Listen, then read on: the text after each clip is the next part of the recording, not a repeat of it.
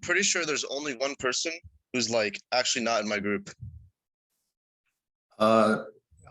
Say that again. I'm pretty sure there's only one person who hasn't like responded in my group. Steve Stinson like responds, but like he takes very long to respond, like Okay. 5 days. Okay. Yeah, but you're proceeding with your project. Albeit Yeah, sure. Yeah, it's going okay, great. well, we're going to talk about that later. While we're waiting for more people to join, just let me go over what I'd like to do today. And the cystic fibrosis project is one of the items. Another is to remind you that you have a worksheet that is due tomorrow on Mendelian genetics. And we'll discuss it, go over the problems one by one in class on Wednesday.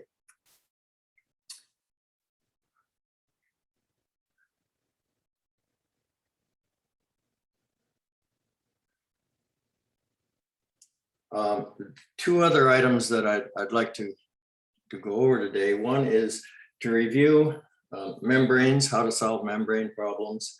And the other is to finish up the slide set on Mendelian genetics. So we've got a significant number of people here. So let me start with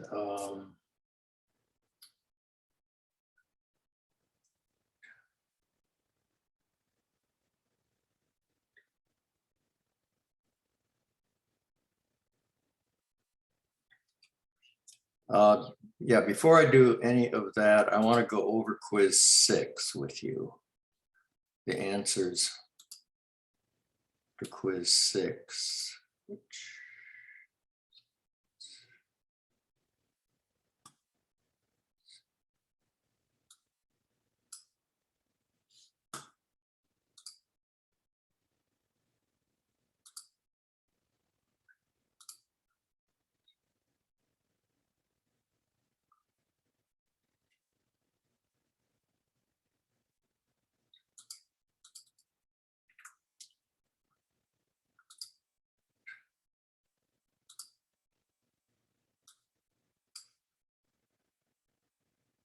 Share the screen.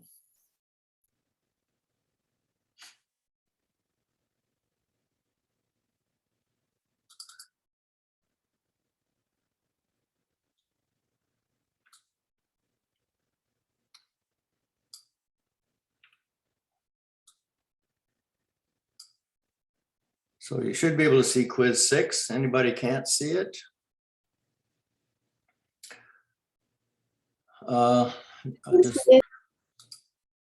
Yes? Yes.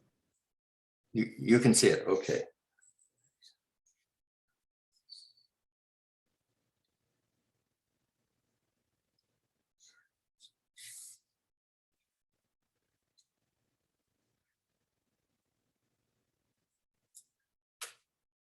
Okay, the first question on quiz 6 was to fill in the blanks about the coronavirus.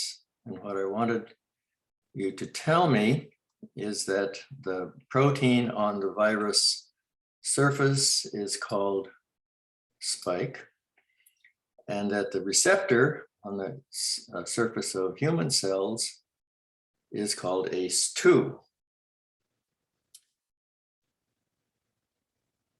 And if there's any questions about any of these, please be sure to ask me. The second question was a matching one. Professor? Yeah. Actually, this is Alex Ellis. Question that's slightly off topic of what you're currently talking about, which is for the test 2, I'm assuming you want us to study all the slides that you're listing, or is some of those like homework related that we've done in the past? Yeah, I want you to be familiar with all the material since the last test, since test 1. And so test 2 starts with mutations. and the CFTR protein, and all the material from then on until it'll include Mendelian genetics, which is the topic that we're on right now. Wait, is test 2 this Wednesday or next Wednesday? Next Wednesday. Oh, Yeah. okay.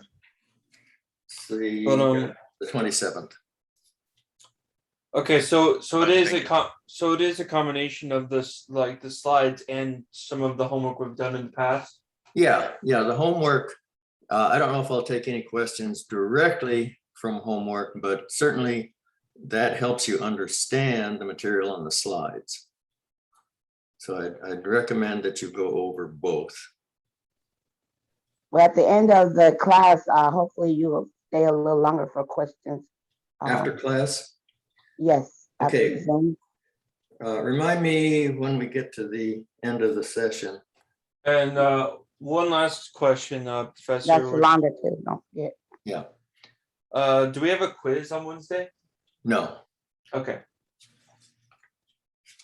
no quiz this Wednesday. Yeah, I'm trying to consolidate the information on membranes and Mendelian genetics, because both those topics involve problem solving.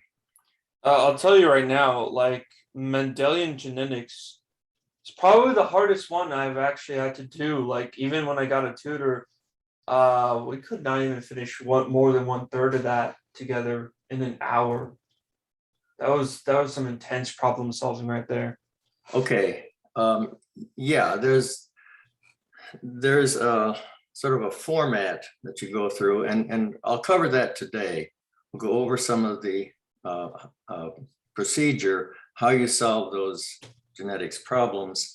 And we'll also talk more about how you solve membrane problems, but several people have asked me to review that as But well. I thought, Professor, a lot of the answers to the questions were centered around that table that you gave to get the answers. The only thing is the questions that you actually was looking for was the problem for me. To me, On which Also- topic? Membranes or the worksheet Genetic. that is due tomorrow, and that's tomorrow night, right? Not yeah, tomorrow night, and then we'll discuss it in detail. I'll go over each of those. I think there are 9 problems. We'll go over each one of them in class on Wednesday. Also, today, right? sorry, go ahead. Yeah. I was gonna say also another thing, for that, the student questions prepare for test 2, was there supposed to be like a file we download? Because if not, I just thought I'd let you know there's no file to download. I sent that, I think as an assignment. Do you not have an assignment for submitting questions? It's if it's an assignment, there's no file on hand to download to like prepare for the assignment. Like it literally is just no file at all to grab. It just says topics covered and then submit assignment. So I'm not sure what we're supposed to do there. Wait, for which assignment? The student questions prepare for test 2 literally has no file to grab. Oh, yeah, it literally has nothing. Nothing. I believe that he just wants us to submit questions that we have. Yeah, that's correct. How do you Okay. want those questions submitted? This is Steve Stinson. Okay. I want them submitted by, let's see, by this coming Saturday, so that I have time to compile them and we can discuss them and review for the test next Monday, the 25th. So I think the deadline for submitting the questions is Saturday, this coming Saturday. So my intention here is that you review all the material since test 1, and anything that you have questions about or confused about, send them to me by responding to that assignment. And then I'll put together a list of topics to discuss next Monday, a week from today, and deal specifically with the issues that you raise. And you said the test included mutations up until now, right? Yes. Okay. So probably the easiest way for you to do this is just run through a review of either the slide sets or the recordings and identify those areas that you'd like to have discussed further. I usually go through the worksheets, but okay. Worksheets too, yeah. But anything that you'd like to hear more about or more in depth about.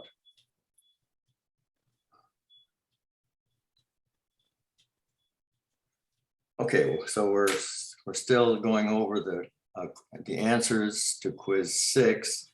The second question was matching. So there were several terms on the left, and you were to match them with what was on the drop-down menu. So endocrine cells produce hormones. Exocrine cells produce digestive enzymes. Zymogens are inactive forms of enzymes. Glucagon raises blood glucose level. Glycocholic bile acid is amphipathic. And stomach protease pepsin is pH 2.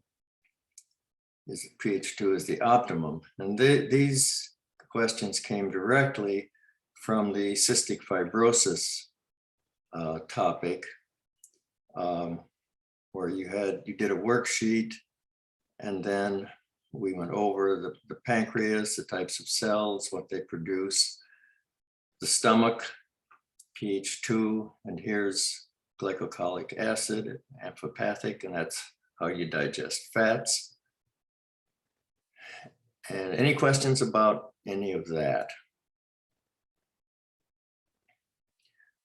Okay, question 3 is about membranes.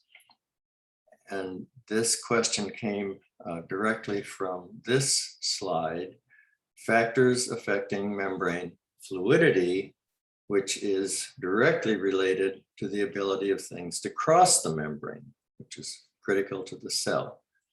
So as temperature goes up, membrane fluidity increases. And I accepted any answer that reflected the meaning of increases. Membrane fluidity is promoted if the fatty acid chains are unsaturated.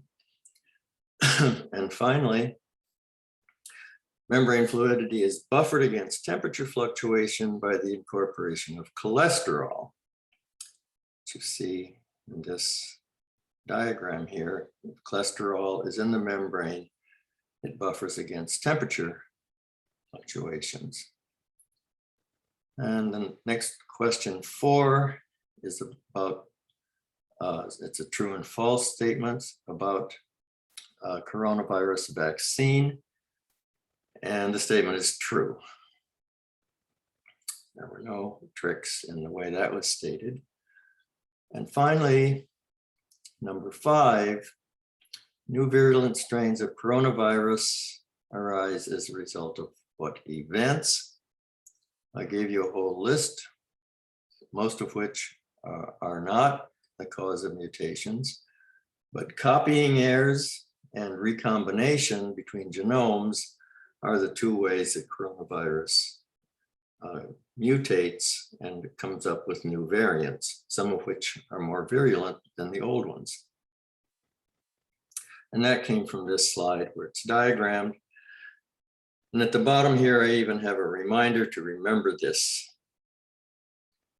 So any questions about quiz 6?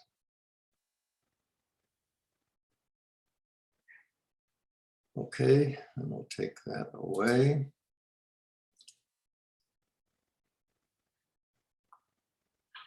And what do I want to do next?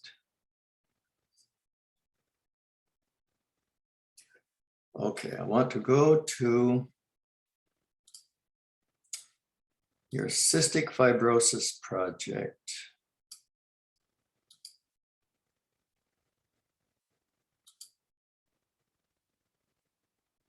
share my screen again.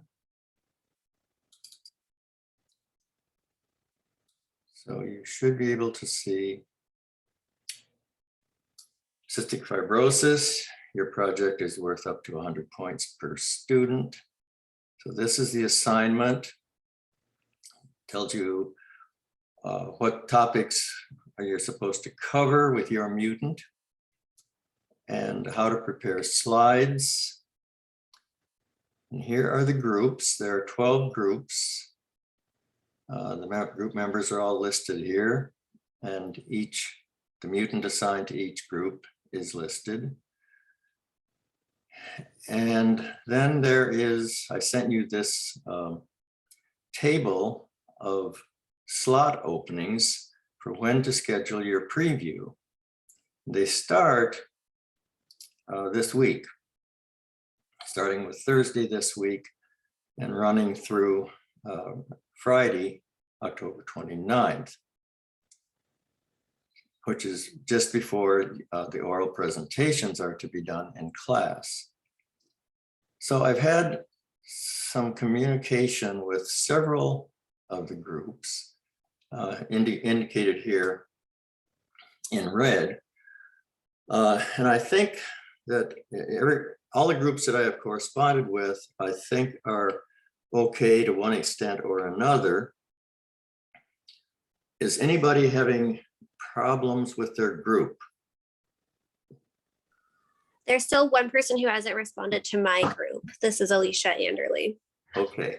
At this point, anyone who hasn't responded, proceed without them.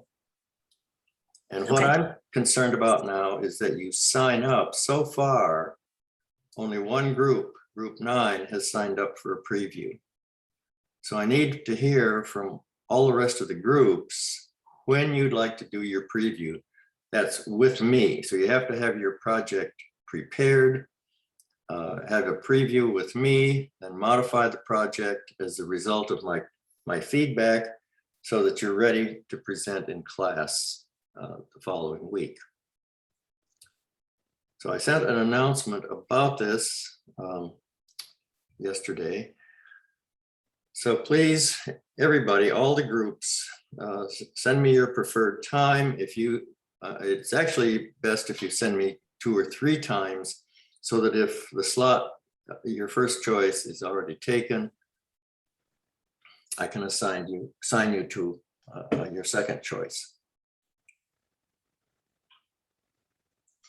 Hey, Professor, Mm-hmm.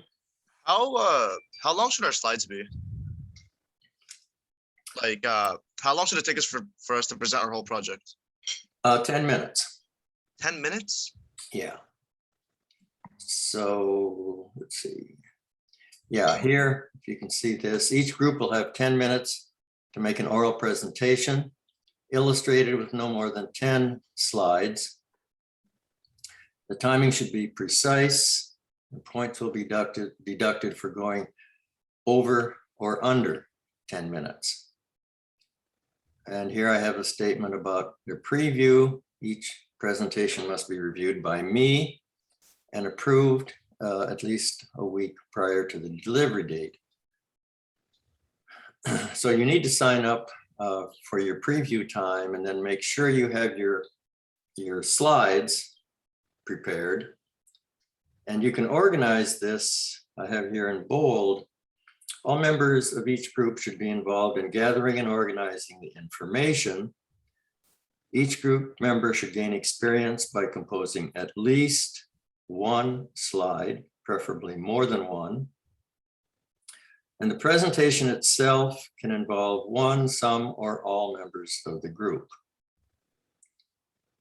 And then when you present to the class, I'll grade your presentation, and whatever grade your group gets, each member of the group gets that grade.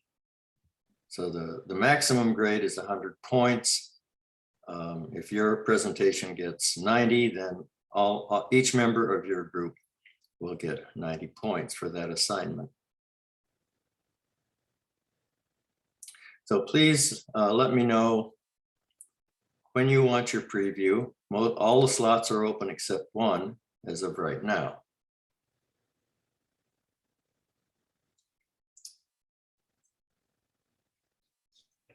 When we preview the slide with you, does everyone have to be there in the group? No, Can it just be no. like one person just scrolling through the slides, making sure they're appropriate or whatever? Well, I want to hear the oral presentation that you have in mind. So you're going to prepare these slides to illustrate your point, the points you want to make. And then for each slide, you're going to have a running commentary. You have to describe, well, like I do in lecture, you have to describe what's on the slide. So assume your audience doesn't know anything about your topic. You prepare your slides with background and then the salient points covering the topics that I indicate here. The effect of your mutation on the structure of the CFTR protein, the effect of your mutation on the function. In other words, each of the mutations has defective function. And what is that? The disease symptoms that result because of your mutation, and then possible cures or treatments for symptoms caused by your mutation. That looks like way less than 10 minutes to me. Well, if you elaborate on it, it should, yeah, if you elaborate and do Google searches on each of these topics, there's a lot of information out there on the web about these mutants. All right. Yeah, next question. Oh, I was gonna make a comment about the time that is, because when I first looked at it, I also thought that maybe it wouldn't be enough information for 10 minutes. Like it just seemed kind of long to me. But when I started putting up like what slide I wanted for what information, you know, setting up everything, I realized that I had about like 5 slides. So I was like, okay, I'll spend 2 minutes on each, and then it were like worked out pretty fine. Yeah. Well, the reason I'm indicating 10 minutes is based on past experience. I've done this with previous classes, and the most recent one, I had 8 minutes, and that wasn't enough for most of the groups. So I made it 10 minutes this time. You should go back to 8 minutes. I think it will work perfectly. I agree. Okay, well, you're saying that having not done it yet. Have you gathered all your information?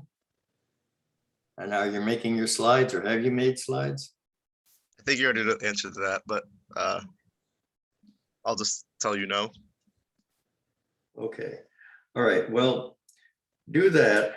And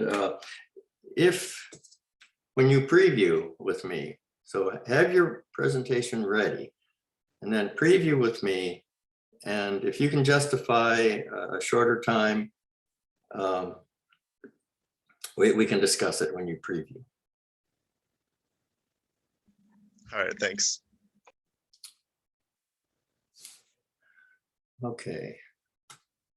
So please get back to me as soon as possible and schedule your preview. I'm going to stop this. And what's next?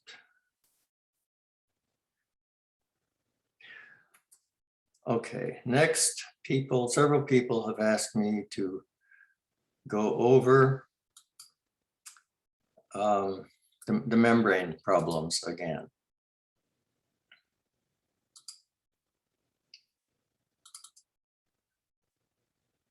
So this, you should be able to see membranes. Now this is from your worksheet. Remember this worksheet. No one had any problems with the short answers, but the problems arose with the problems. So everything you need to know to answer questions about membrane tonicity and solutes and solvents are here in this little guide. Osmosis only refers to the concentration of water. Tonicity only refers to solute concentrations. And substances always move from high to low concentration. And remember that a solution is always solute plus solvent, and the two of them together will always be 100%. So if you apply these rules to any problem on membranes, it'll become apparent. So if we look at this first one, dialysis bag has 0.2% glucose. It's placed in a beaker with 10% glucose. So we have the bag with 0.2, the beaker with 10. And the dialysis bag will allow water to pass, but not glucose. And the first question is, which way will water move? Well, the water concentration in the beaker, since it's 10% solute in the beaker, water would be 90%. In the bag, since the solute is 0.2%, the bag is 99.8% water. So water is going to go down its concentration gradient, which will be from inside the bag to outside the bag. So water is only 90% in the beaker, it's 99.8% in the bag. So water will move out of the bag. Then the next part of the question is, describe the tonicities of the water in the bag and in the beaker. So go back to the rules, tonicity only refers to solute. So the solute concentration is higher in the beaker than it is in the bag. So the beaker is hypertonic. And the bag, conversely, is hypotonic with respect to the beaker. So is that clear? If you just apply these rules to the question, it just works itself out. This second one has two beakers, one with 10% fructose and the other with 0.5% fructose. And both water and fructose can move through this semi-permeable membrane that separates them. So then the first question is, which way will water move at the beginning before this sets, when it's first set up, which way will water move? Well, it'll move down its concentration gradient, which would be 95.5 on one side and 90 on the other side. And so it's going to move from right to left.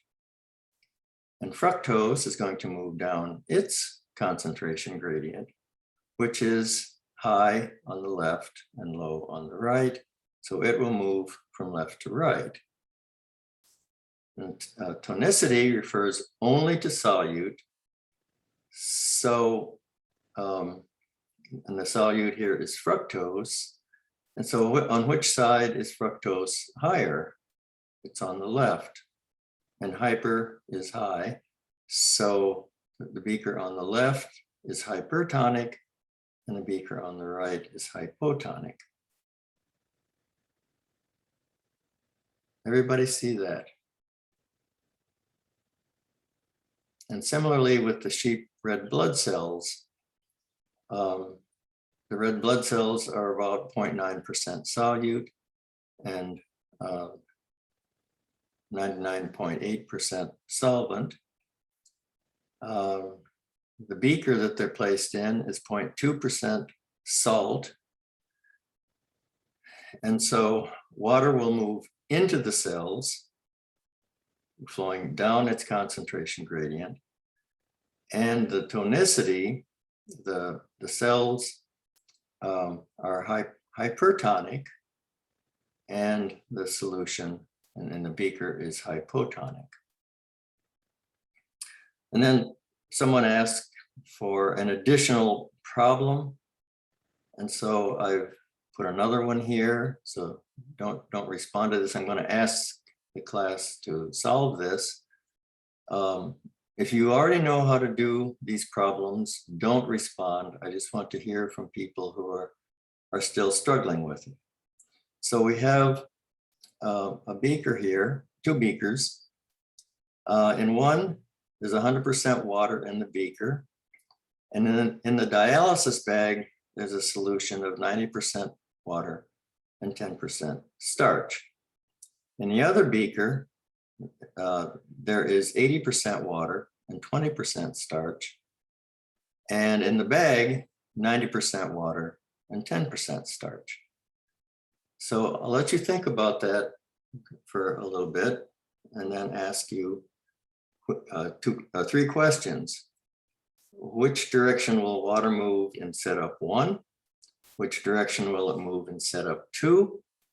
And in which beaker is it hypertonic relative, is the beaker hypertonic relative to the bag's contents?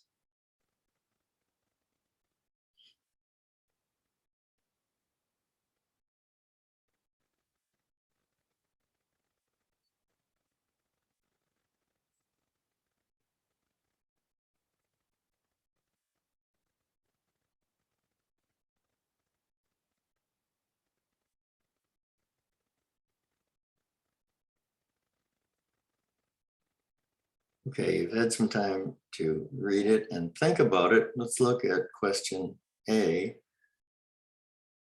In which direction will water move in setup 1?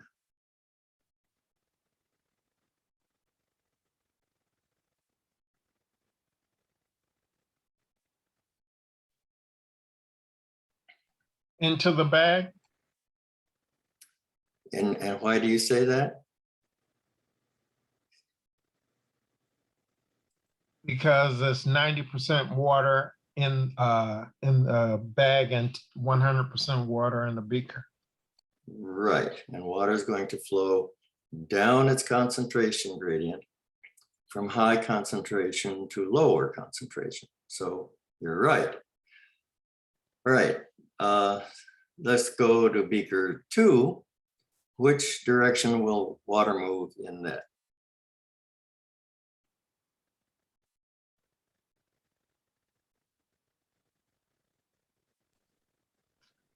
Someone besides Steve, is Steve, give me the answer to that. Will it move from the bag into the beaker? And why? Because water goes from high to low. Right, it's 90% in the bag and 80% in the beaker. So yes, it will go from the bag to the beaker. And then the last question is, which of the beaker contains a solution that's hypertonic with respect to the bag? Remember, tonicity refers only to solute concentration. So we want to know, where is the solute concentration higher?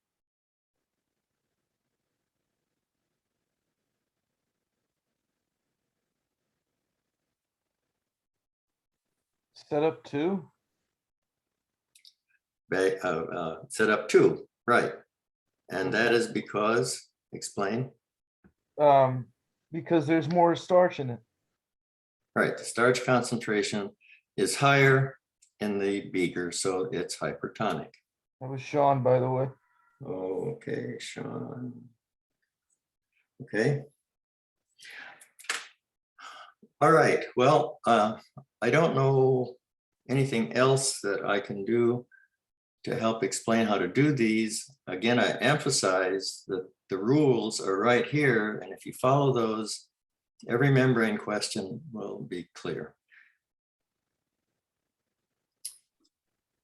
Professor, I forgot to tell you my name earlier when I spoke, but this is Alicia Anderley Carroll. Oh, okay. Okay. All right. If there's nothing else about membranes, I'm going to take it down.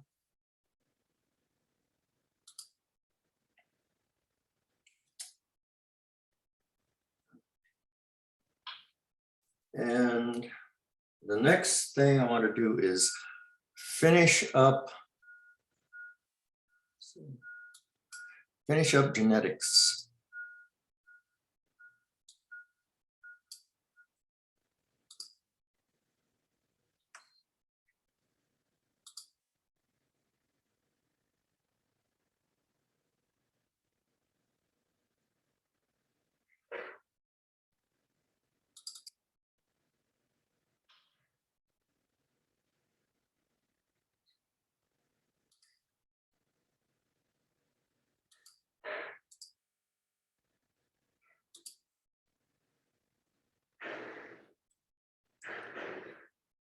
All right, I don't want to go over all of the slides again, but there are a couple of points that I want to emphasize that have to do with how you solve genetics problems. So the high points from this were some of the definitions. Can you see this without me putting it on slideshow? Can you read definitions here? Yes, no? A little bit. Need it bigger? No, I think I'm fine. I don't know about the others. Okay, well, if I'm anybody good. can't see it, tell me. So definitions, a cross is simply the mating of two organisms, a plant or an animal. The F1 generation is the progeny of a cross, and the F2 generation is the progeny of a cross between two F1s. So in other words, it's like crossing it to itself, but it's really crossing to a sibling.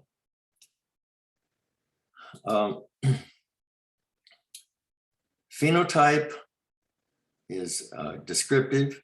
It's the characters that you see, like tall or short, or black or pink.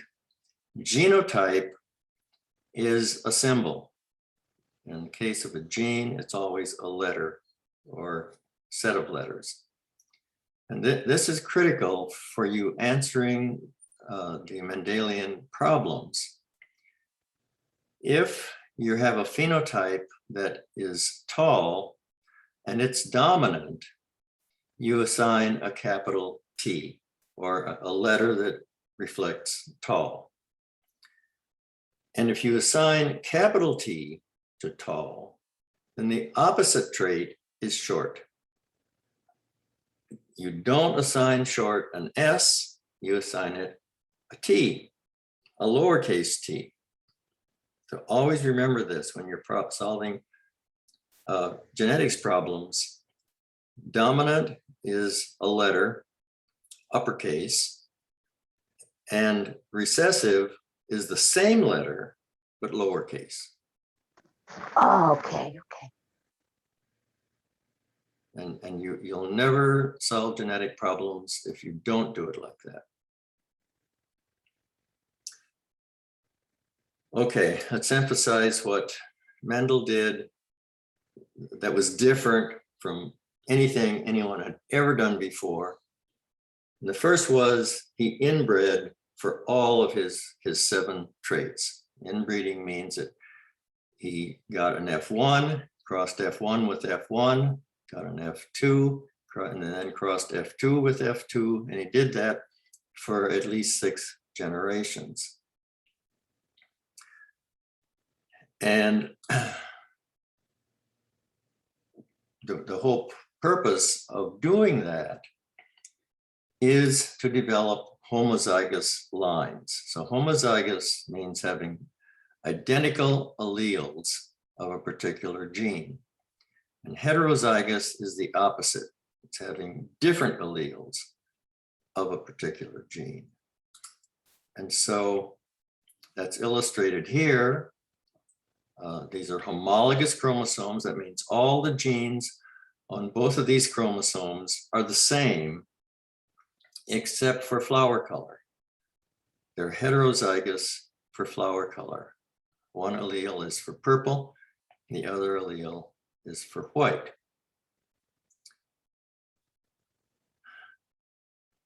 Okay, here are the 7 characteristics.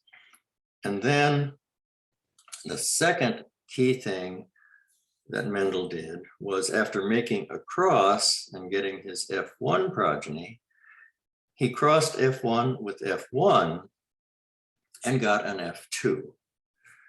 And the significance of that is that if he crossed a purple flower, now this is highly inbred, true breeding. So a purple inbred crossed with a white inbred. Now, instead of seeing variation in the F1, he saw just one phenotype, and that was purple. White disappeared. So that was kind of mysterious, but that's when his next step became significant. So instead of just stopping with all his flowers being purple, he crossed a purple one with another purple one. And then this amazing thing happened. The white reappeared. And the ratio of white to purple was always 1:3. And this was only true if he started with inbreds.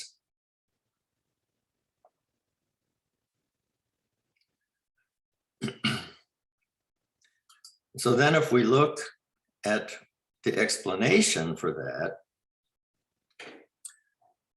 the explanation is in the genotypes.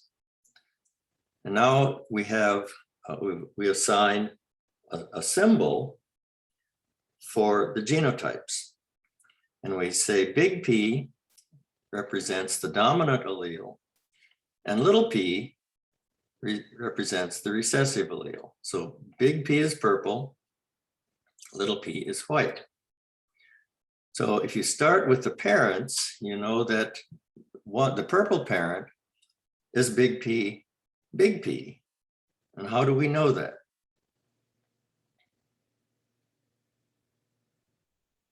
Professor, Yeah.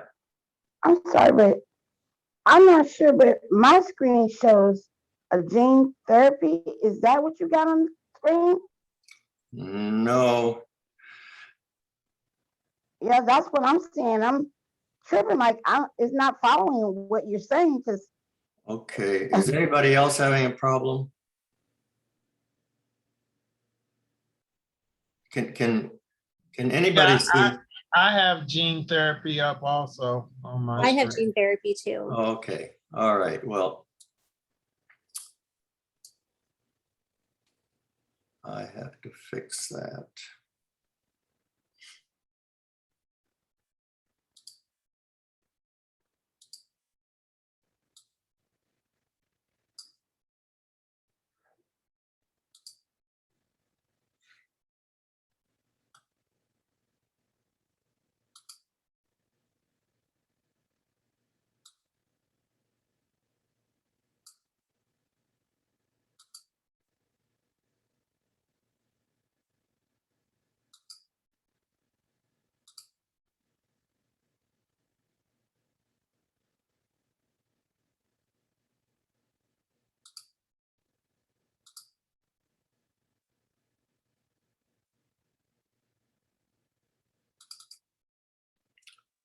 Do you see monohybrid cross now? Yes. I just, the monohybrid cross, yes. C syndrome. Okay. Thank you, because I was confused. I was not following. Yeah, well, thanks for telling me. Because I'm sure it made no sense whatsoever. So It let me didn't. That's why I kept trying to follow that little cursor. And I'm like, but I'm not seeing what he's talking about. well, you should be able to see it now, and I hope you can see it without me putting it on slideshow, because I want to go from slide to slide. And so let me just reiterate what I said. One of Mendel's, I'll go back first back to here. Definitions. A cross is just a mating between two organisms that are sexually compatible. The progeny of a cross is called the F1. And if you cross an F1 with an F1, you get an F2. And this is the first stage of inbreeding. And if you take an F2 and cross with an F2, that would be the third generation. And you keep doing that for up to 6 or more generations. And then by that point, you have an inbred, which is homozygous at all loci. I'll come to that in a minute. But the important point I want to make about phenotype and genotype is that phenotype describes what you see. So if the plant is tall, you describe it as tall. If it's something is black, you call it black. It's words. Genotype is a symbol, always a symbol. And in the case, if you're describing a tall phenotype, you would assign a genotype symbol, for example, as T. And because tall is dominant, T is capital. The opposite of tall is short. And in this case, it's recessive. Now you do not assign short anything other than T. You don't call it S or any other letter. You call it T, but now T is lowercase. So no matter what genotype you assign, the dominant is always capitalized. The recessive is always lowercase. And this is critical for solving genetics problems. Oh, wait, go back. So, and the phenotype then, because you said there was, oh, you have to go back to that screen. You could put the different color like green, G for green, W for white on the phenotype, correct? No, you just labeled genotype. Phenotype is a word or words. It's a characteristic that you see. Genotype, you don't see it by looking at the organism, but you assign a symbol. And you said green was the phenotype, and so you might assign the genotype for green as G. And if green is dominant, it would be a capital G. So you feel like T and then G, like tall, green, or little No, t. if you no, focus on just one characteristic at a time. So the characteristic you've chosen is green. Mhm. Okay, and so we're going to assign a letter G to green. Okay. And if green is dominant, we're going to call it capital G. Oh, okay. If So it's up green, to the person describing it to assign the letter in the description. There's not like predefined letters for each. no, characteristic. you're the geneticist, so you choose the gene symbol. You can call it anything you want as long as you remain consistent. And so in the case of green, you must have another phenotype that you're comparing it to. Let's say that the other phenotype is white. What letter do you assign to white? It will be the little g? Little g, right. White is recessive and Okay. it's little g. Yeah, good. Okay, the terms homozygous and heterozygous. Homozygous is identical alleles. Heterozygous is different alleles. And let's see. this is an example of two homozygous chromosomes. So the pink one and the blue one are homozygous except at certain loci. So at the P locus, it's big P on one chromosome and big P on the other chromosome. And so this is homozygous for the dominant allele, homozygous for P. At the A allele, it's homozygous but recessive. And at the B allele, it's heterozygous. So even though these are homologous chromosomes, are homozygous at every locus, at B, they're not. There's a dominant allele on pink and a recessive allele on blue. So it can be homologous chromosomes, heterozygous at any particular locus or allele.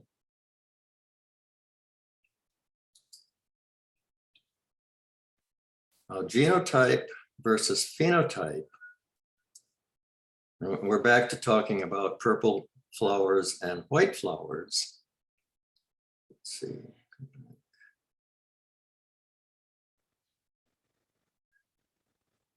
Yeah, so I'd like to go over this again. You couldn't see it when I was describing it before, but after inbreeding, the critical insight that Mendel had was don't stop with the progeny of the first cross.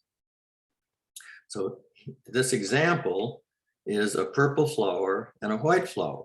Now remember that these are inbreds, so they're homologous at every locus, including the flower color locus.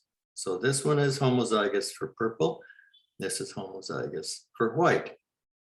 When Mendel crossed these inbreds, instead of seeing a smear of variation in colors all the way from purple to white, he saw just one color, purple, and it was discrete. White disappeared. Okay, no dominance in those? Well, so what happened when he made the cross and the progeny got just one color?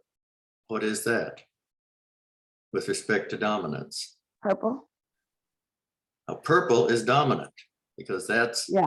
that's what he saw in the F1 generation. It's the only thing he saw was purple. So you immediately assign dominance to the color purple. Okay. And then he crossed two of these purple progeny with each other. And then, amazingly, white showed up. And white occurred in a ratio of 1 white to 3 purple. And Mendel called this trait recessive because it disappeared in the F1 and reappeared in the F2.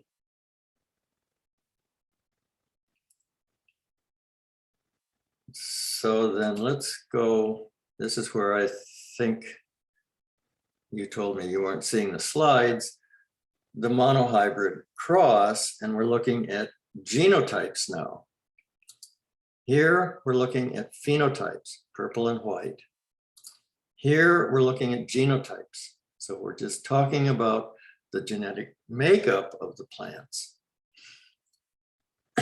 And we know that we're crossing a purple plant with a white plant, and we assign the purple plant the letter P, and we assign it big P because it's dominant, and its genotype is big P, big P. And I had asked you, how do we know that it's big P, big P? Because it's purple and it's the dominant, and then when you go to the white, because it's also considered like the other parent is larger. It's a large P. Well, And we then when you know, cross them is why they got the little p, right? The white. okay, but I'd ask, well, how do we know that the genotype is big P, big P? It's because cross because they're inbred. So we Mhm. know that they're homozygous at both of these loci. So we know that the genetic symbol for the purple plant is big P, and for the white plant, it's little p, for the same reason. We know that it's inbred. There's no variation of alleles in the white plants.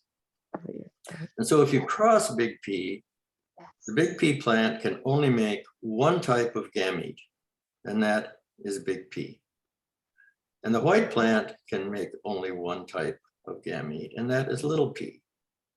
So when the sperm of one fertilizes the egg of the other, there's only one possible genotype, and that's a heterozygote, big P, little p. And so even though these are all purple, they vary in genotype. And so in the F2, we're taking two F1 plants. We're taking a big P, little p plant and crossing it with another big P, little p plant. And you can plot that out on a Punnett square like this, where the eggs can be either big P or little p. The sperm can be either big P or little p. And so if a big P sperm fertilizes a big P egg, the genotype is big P, and it's purple. If a big P sperm fertilizes a little p egg, you get the genotype big P, little p, and the phenotype is again purple because purple is dominant. These are the offsprings, right? The eggs. I mean the kids. Yeah, the kids are the Okay. offspring. Okay. But if a little p sperm fertilizes a little p egg, the genotype is now little p, that's White. recessive and it's white. Yeah. Okay. And so the phenotype, the ratio is 3 purple to 1 white. The genotype is 1 to 2 to 1. 1 big P, 2 heterozygotes, and 1 homozygous recessive, little p. Okay, that's what you're asking for. Okay. Yeah, and this will come up when you try to solve the genetics problems. And this is where the terms dominant and recessive came from. These are actually the terms that Mendel used. The characteristic that appears in the phenotype in the F1 is dominant. And the characteristic that disappeared in the F1 and reappeared in the F2 is recessive. So these are by definition according to Mendel.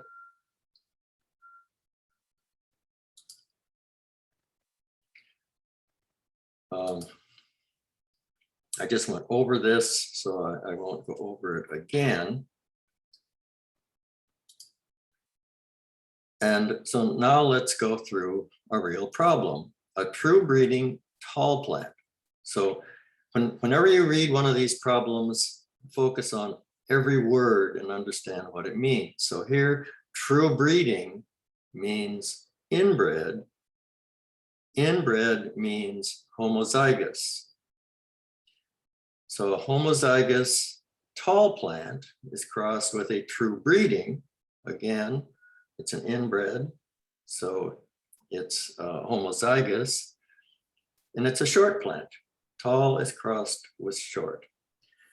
And we're told, Big T and a little t. excuse me?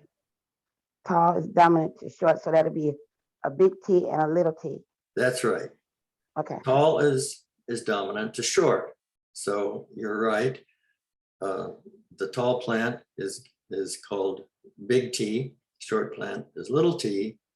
And then the question is, what will be the genotypes and the phenotypes of the F1 and the F2s? So I laid it out here. A true breeding dominant tall plant is big T, little t, or big T, big T. The short plant is little t, little t. And the only gametes that the tall plant can make are big T. Remember that gametes are haploid, so it's big T. And the short plant, the only gametes that it can make are little t. And so if you cross a tall and a short, you get big T, the F1. All the F1 are the same. They're genotype big T, little t, and the phenotype is tall. So all of the F1 plants are tall. They all have the same genotype. But now each F1 can make two types of gamete. Each F1 can be either big T or little t. And remember, to get to an F2, you cross two F1s. But you're crossing a heterozygote, big T, little t, with its sibling, another heterozygote, which is the same, big T, little t.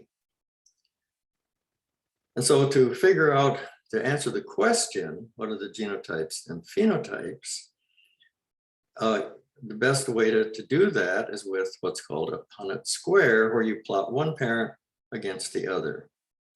So one F1 parent is a heterozygote, big T, can either make big T gametes or little t. And the other parent is exactly the same. It can make either big T or little t gametes. If a big T sperm fertilizes a big T egg, the genotype is big T, and that would have the phenotype of what? Tall. Tall. And if a little t sperm fertilizes a big T egg, the progeny is big T, little t, and the phenotype of that would be Tall. tall. But if a little t fertilizes a little t, the genotype is little t, and the phenotype is Short. short. Okay, so that's pretty simple and straightforward. If you, the first thing you need to do in any question is figure out what are the gametes. So let's go, I talked about a test cross, and there's at least one test cross in your assignment, your homework assignment. And you do a test cross if you have an unknown. So the example here is that we have a plant with purple flowers. And we don't know if it's purple because it's heterozygous big P. It could also be purple if it's heterozygous. We don't know which. So we cross this purple plant with a white one. In the white one, we know the genotype because it's inbred. And we know that it's white because it's little p, little p. And so if the purple plant is homozygous dominant, then all the offspring of this cross will be purple. That is, they'll all be heterozygotes, because the white one can only make little p gametes. The purple one can only make big P gametes. If, on the other hand, this purple plant is a heterozygote, now it's going to be the white plant, which can only make little p gametes, crossed with a plant that can make either big P or little p. So half the progeny will be purple and half will be white. That So tells, anything mixed with the dominant is going to become that dominant color. yeah, any individual that has a dominant allele is going to have the dominant trait, in this case, purple. Okay. And so that's why you have half purple and half white. If the parent was heterozygous at P. So you get a very clear result here that if it's homozygous at P, all the progeny are purple. If it's heterozygous at P, they're half purple and half white. So this question would have like 2 answers, correct, on the worksheet? We need to Yeah. answer both of those? Okay. right. And yeah, and at least one question like this comes up on the worksheet and likely will come up on a test at some point.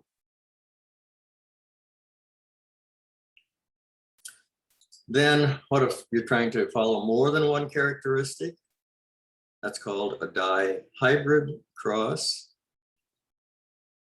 Let's go to the dihybrid cross here, where you have one parent has smooth seeds and they're yellow. So smooth is one trait, yellow is another. The other parent is wrinkled and green. And so you assign to the seed coat trait the letter S. And so dominant would be big S, big S. You assign the color Y for yellow, and the dominant would be big Y, big Y. And the green wrinkled one would be little s, little s, little y, little y. So what are the gametes that these plants can produce?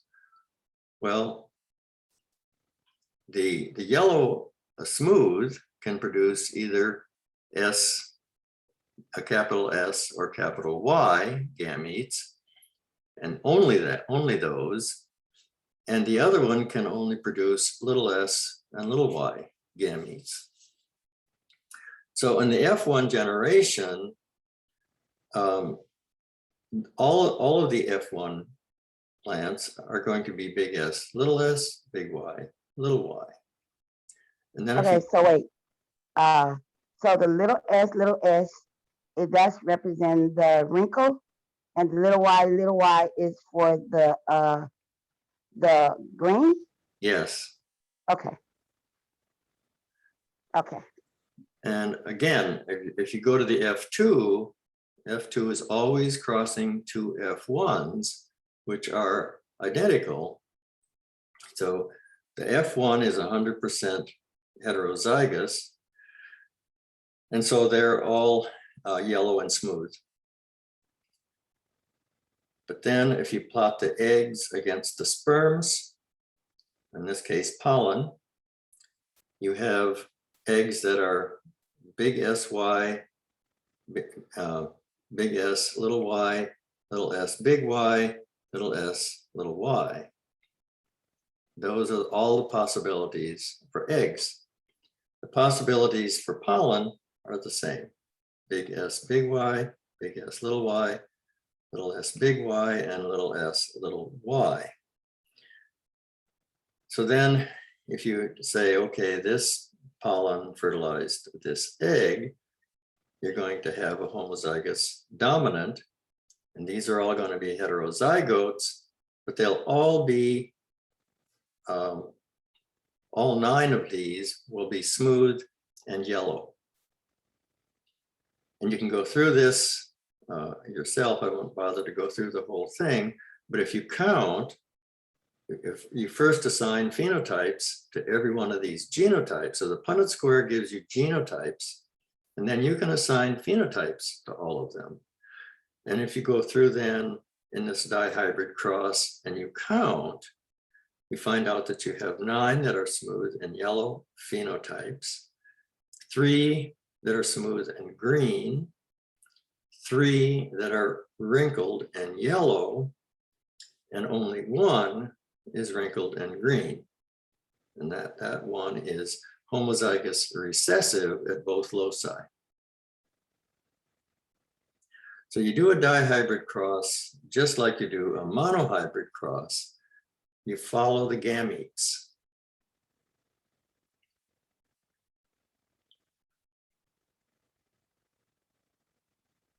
Pray for me. Okay. Mendel's laws of inheritance, segregation, independent assortment, and dominance.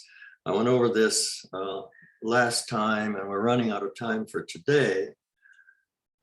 But one thing that I would like to emphasize, because at least one of your homework assignment questions is deals with codominance. I think it's codominance. It might be incomplete dominance. Anyway, dominance does not necessarily have to be absolute. Codominance means the F1 possesses both parental phenotypes, and incomplete dominance means that the F1 is a blend of both parental phenotypes. And that is illustrated here with flower color. So these are carnations. And this is actually really true.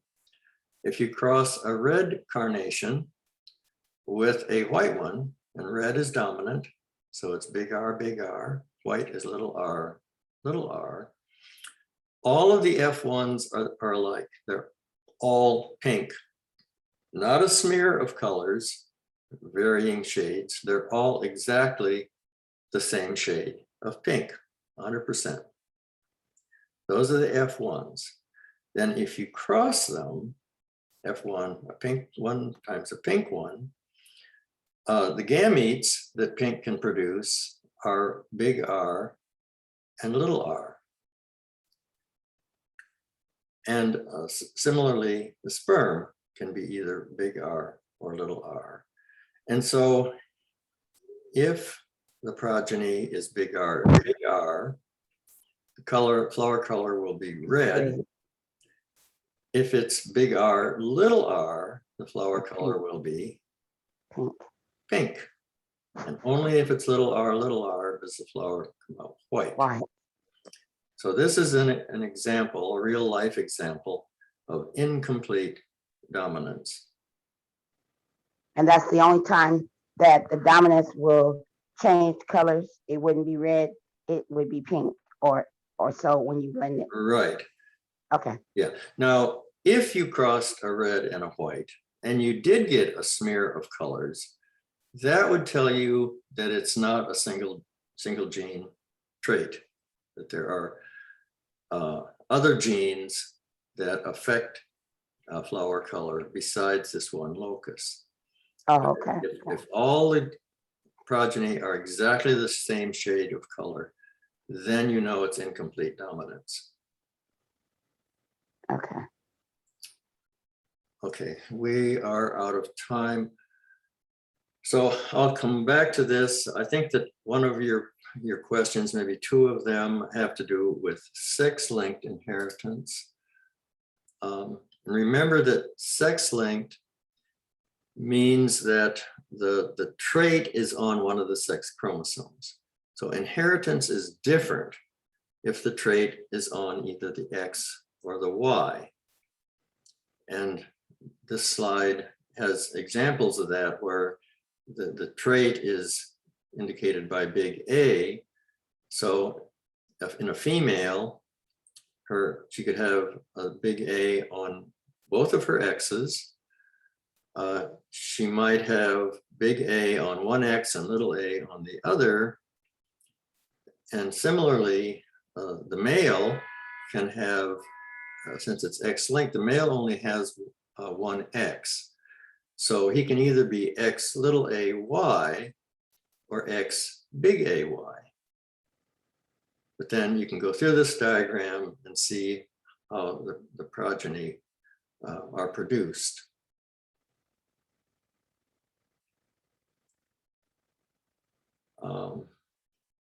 And so here's the question about sex linked, and I don't have time to go through it now, but it's straightforward. A male who is colorblind, well, first let's go back and say that red-green color blindness is on the X chromosome. So it's a mutation on the X chromosome. Now males only have one X, so that X can either be mutant or wild type. Females have two X's, and they need a mutation on both of their X's in order to be colorblind. So then we have this question: a male who's colorblind has children with a woman who is a carrier for colorblindness. So she's not colorblind, but he is. So what would happen? So the colorblind male has just one mutation. He's only got one X, so his genotype is XB. He's colorblind, and he has a Y. So the gametes that he can produce are XB and Y. Now the female is a carrier, so she has a normal X and one mutant, XB. So the gametes that she will produce are either X or XB. So you can, again, this becomes very clear if you plot it on a Punnett square. The male parent only has these two gametes. Male parent can be either XB, Y. Female parent can be XB or X. So if XB fertilizes XB, you get a colorblind female. She now has a mutation on both of her X's. If the female, the male XB sperm fertilizes the female X, you now have an XXB. She's a carrier, but she's not colorblind. If X is fertilized by Y, you now have a boy. And that boy is colorblind because the only X he's got has a mutation. If, on the other hand, this X is fertilized with this Y, you now have another male, an XY is a male, and he's normal, does not have color blindness. So you end up with half of the children are colorblind, and half of the colorblind ones are males and half are females, and half are not colorblind, and again, half are males and half are females. So working out sex-linked traits is somewhat different from autosomal genes, but still the key to solving the problem is always, what are the gametes? And once you can plot the gametes in a Punnett square, the phenotypes and genotypes become immediately obvious. Okay, I had given you a problem, a dihybrid cross, and I gave you the setup for it and asked you to work it out for yourself. And then I made a practice problem, which I was going to go through with you, but we don't have time. So we'll do this on Wednesday.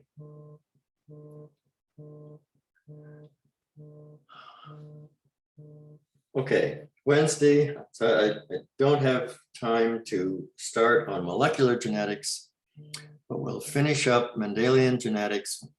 We'll discuss this practice problem and all the problems on your homework sheet on Wednesday.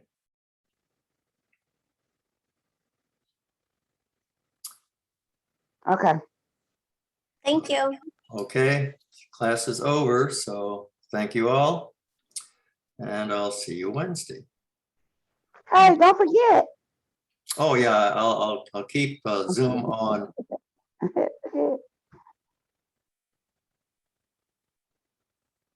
Okay, everybody can leave that wishes to.